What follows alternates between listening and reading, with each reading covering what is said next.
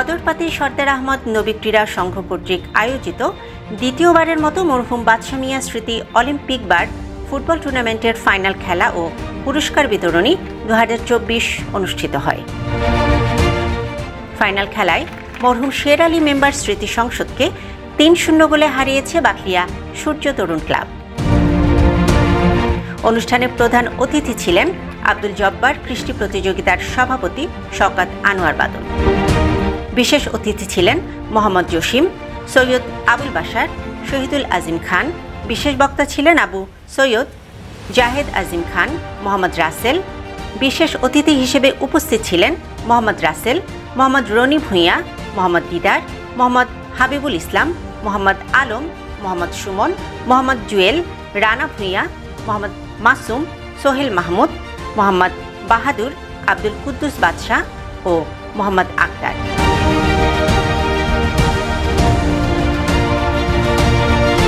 উক্ত টুর্নামেন্টটি সার্বিক সহযোগিতা করেন মোহাম্মদ রাসেল, মোহাম্মদ রনি। রেফারি হিসেবে খেলা পরিচালনা করেন মোহাম্মদ মিজান। লাইন্সম্যান ছিলেন মোহাম্মদ আজিজুল ইসলাম। টুর্নামেন্টে পরিচালনা করেন সর্দার আহমদ নবী ক্রীড়া সংঘের সভাপতি মোহাম্মদ পারভেজ আলম।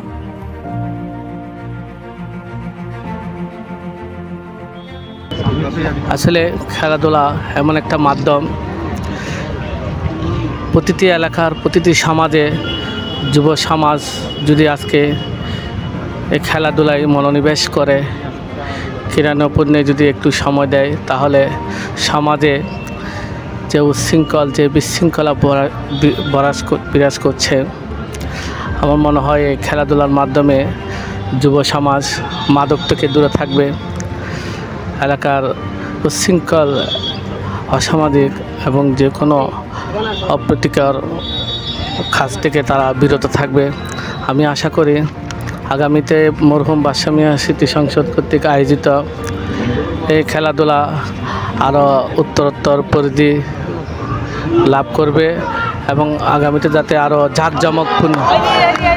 জাঁকজমকপূর্ণ যাতে খেলার আয়োজন হয়, সেজন্য আমি আয়োজকদেরকে আমার পক্ষ থেকে ধন্যবাদ জানাচ্ছি। আজকের এই ফাইনাল খেলায় প্রধান অতিথি উপস্থিত আছেন আস্তর এলাকার কৃতি সন্তান শওকত আনোয়ার বাদল। বিশেষভাবে উপস্থিত আছেন আমাদের শ্রদ্ধাভাজন বিশিষ্ট রাজনীতিবিদ সৈয়দ আবুল বাশার। আমি সকলকে শুভেচ্ছা অভিনন্দন জানাই।